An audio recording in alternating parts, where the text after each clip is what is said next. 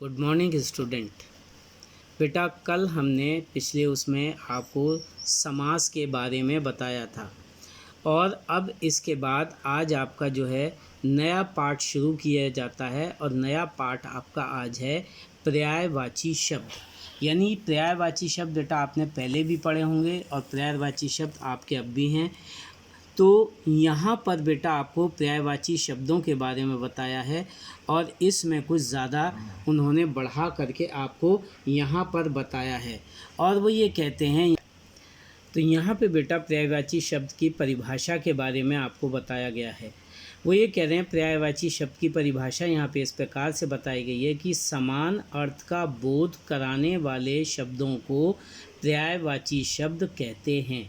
यानी एक छोटी सी ये एक परिभाषा है और इसमें ये बताया गया है कि समान अर्थ वाले शब्दों को जो है वो पर्यायवाची शब्द कहते हैं। समान अर्थ जैसे यहाँ पे अभी मैंने आपको उदाहरण में बताया है, हम कहते हैं अपनी साधारण भाषा में शेर। शेर को जो है सिंह भी कहा जाता है, केसरी भी कहा जाता है, मृगराज भी कहा जाता है और वनराज भी कहा जाता है। यानी इस प्रकार से शेर के कई नाम यहाँ पर बताए गए हैं। दूसरा आपका उदाहरण है चांद। अब चांद को देखिए, यहाँ पे बताया गया है इंदु, फिर चंद्र, राकेश, शशि, सोम और यहाँ पे सुधाकर। यानी ये आपको यहाँ पर बताया गया है कि किस प्रकार से चांद के जो हैं ये यहाँ पर इसके पर्यायवाची हैं, यानी चांद के समान अर्थ वाले ये शब्द हैं। तीसरा बताया हाथी। हाथी को कहते हैं बेटा मतंग, गज, कुंजर और नग। यानी हाथी के ये सारे यहाँ पर ये बताए गए हैं कि किस प्रकार से हाथी को ये अलग अलग नामों से बताया जाता है। अब इसके बाद बेटा यहाँ पे हम आपको देते हैं कि कुछ शब्द और हैं, उनके पर्यायवाची इस प्रकार से बताए गए हैं। यानी ये कुछ और शब्द यहाँ पे आपको दिए गए हैं जिनके पर्यायवाची मैंने यहाँ पे आपको बताए हैं। इनको आपको अपनी कॉपी पर करना है और आज का होमवर्क ये है कि इसके अलावा जो है आपको कम से कम 15 शब्द ऐसे लेने हैं जिनके कि यहाँ पे पर्यायवाची शब्द बताए गए हों। जैसे पहला है अतिथि। अतिथि का होता है मेहमान, पाहुन, आगंतुक। फिर अमृत। अमृत का बताया है पीयूष, सुधा, अमी, सोम। फिर है अश्व।